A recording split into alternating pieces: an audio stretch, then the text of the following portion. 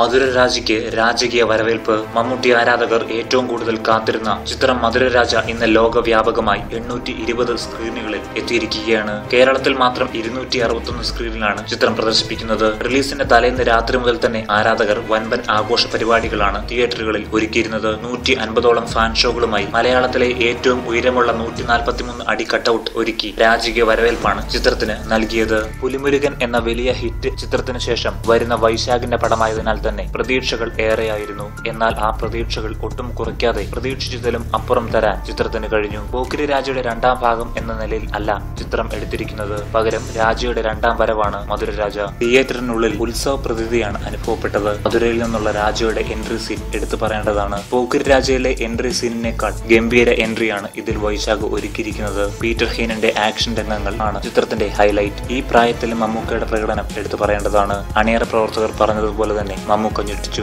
മമ്മൂക്ക ഇത്രയധികം നിറഞ്ഞാടിയ ചിത്രം ഉണ്ടാവില്ല. ഗോപിസുന്ദറിന്റെ BGM വേറെ ലെവലാണ് എന്ന് വീണ്ടും തെളിയിച്ചിരിക്കുകയാണ്. ഉദയകൃഷ്ണയുടെ നല്ല തിരക്കഥയിൽ വൈശാഖിന്റെ ഗംഭീര സംവിധാനമാണ് മധുരരാജ. ചിത്രത്തിലെ പാട്ടുകൾ എല്ലാം തന്നെ തിയേറ്ററിൽ വൻ ഓളം സൃഷ്ടിച്ചു.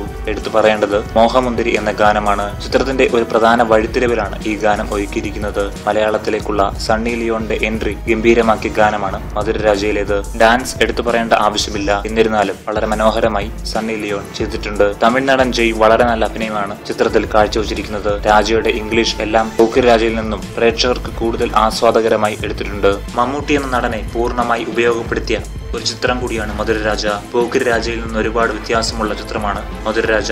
9 വർഷങ്ങൾക്ക് ശേഷം സംഭവിക്കുന്ന സിനിമ ആയതുകൊണ്ട് തന്നെ അതിൻ്റെതായ വ്യത്യാസങ്ങൾ കഥയിലും കഥാപാത്രത്തിലും കൊണ്ടുവരാൻ കഴിഞ്ഞിട്ടുണ്ട്.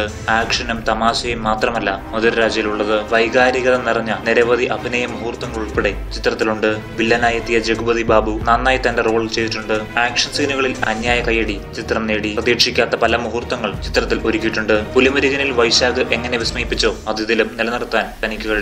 അവസാന 20 മിനിറ്റ് നീണ്ടു നിൽക്കുന്ന ക്ലൈമാക്സ് രംഗം പൊളിച്ചടുക്കി. ആരാധകർ തിയേറ്റർ ഇളക്കിമറിച്ചു. നൽകിയ ഹൈപ്പിനോട് നീതി പുലർത്തിയ ചിത്രം എക്കാലത്തെയും വിജയം നേടുമെന്നുറപ്പാണ്. മമ്മൂട്ടിയോടൊപ്പം വൻ താരനിരയാണ് ചിത്രത്തിൽ അണിനിരുന്നത്. ചിത്രത്തിന്റെ ക്യാമറ കൈകാര്യം ചെയ്ത ഷാജി കുമാർ വളരെ ഗംഭീരമായി ചെയ്തിട്ടുണ്ട്. സലിം കുമാർ, സുരാജ് വെഞ്ഞാറമൂട്, നെടുമുടി വേണു, വിജയരാഘവൻ എന്നിങ്ങനെ പോക്കിരി രാജയിൽ പ്രേക്ഷക ശ്രദ്ധ നേടിയവർ ഇതിലും നന്നായി തങ്ങളുടെ റോളുകൾ ഗംഭീരമാക്കി. ചിത്രത്തിനെ പറ്റി കൂടുതൽ പറയുന്നില്ല. എല്ലാ പ്രേക്ഷകർക്കും ഒരുപോലെ ആസ്വദിക്കാവുന്ന തരത്തിലാണ് മധുരരാജ അണിയിച്ചൊരുക്കിയിരിക്കുന്നത്. രാജ ഡബിൾ സ്ട്രോങ് അല്ല, ട്രിപ്പിൾ സ്ട്രോങ്. ഞങ്ങളുടെ റേറ്റിംഗ് 5-ൽ 4.